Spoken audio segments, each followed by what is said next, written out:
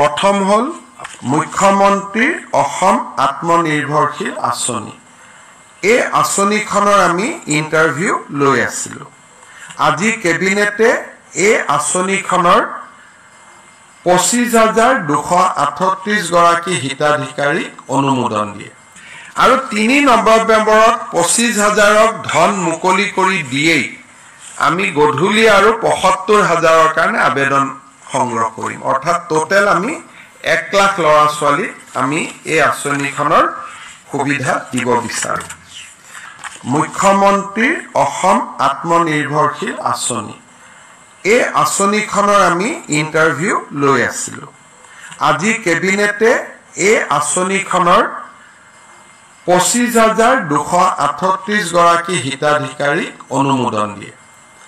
এই 25,278 হিতাধিকাৰীয়ে চৰকাৰৰ পৰা 2 লাখ টকাকৈ পাব। 1 লাখ ঘূৰাই দিব নালাগে। 1 লাখ 5 বছৰৰ পিছত এটা ইকুৱেল ইনষ্টলমেণ্টত তেওঁলোকে ঘূৰাই দিব লাগিব। 5 বছৰ 2 লাখ টকা ঘূৰাই দিব নালাগে।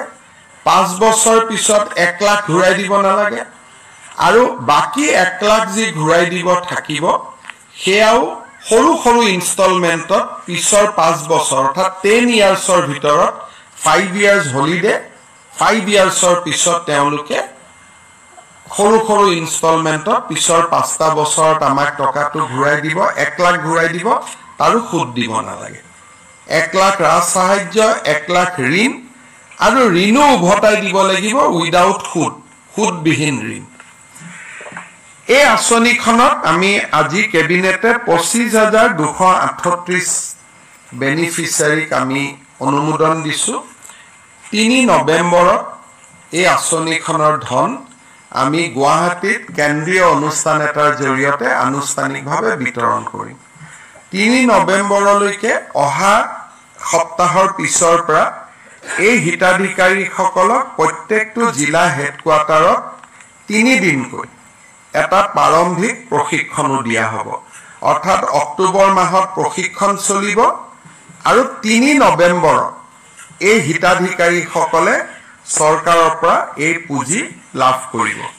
ইয়াৰ ফলত আমাৰ আৰু এটা কমিটমেণ্ট আমি পূৰা কৰিলোঁ আৰু 3 নৱেম্বৰত 25,000ক ধন মুকলি কৰি দিয়েই আমি গধূলি আৰু 75,000ৰ কাৰণে আবেদন সংগ্ৰহ কৰিম। অৰ্থাৎ টোটেল আমি 1 লাখ ল'ৰা ছোৱালীক আমি এই আঁচনিখনৰ সুবিধা দিব বিচাৰোঁ। এই মাহৰ 19 তাৰিখে আমি চৰকাৰৰ 2টা ফ্লেগশ্বিপ স্কিম আৰম্ভ কৰিম। অসমৰ 126টা সমষ্টিতে একোটা অনুষ্ঠান হ'ব আৰু গুৱাহাটীত ৰাজ্য চৰকাৰে সাংবাদিক মেলৰ জৰিয়তে এই আঁচনি দুখন মুকলি কৰিব।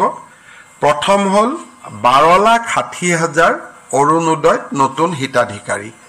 অৰ্থাৎ প্ৰতিটো সমষ্টিটোৰ আয়তন হিচাপত কৰবাত 500 বেছি, কৰবাত 500 কম, অলমোষ্ট 10,000 কৰি আমি নতুন হিতাধিকাৰীক সংলগ্ন কৰিম।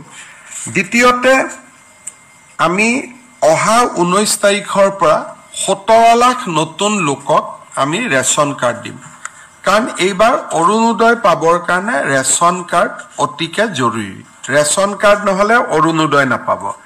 গতিকে বহুত ব্যক্তিয়ে হয়তো ভাবিব মই দুখীয়া, মই অৰুণোদয় পাব লাগে। ৰেচন কাৰ্ডখন নোপোৱাৰ কাৰণে তেওঁ অৰুণোদয় নাপাব।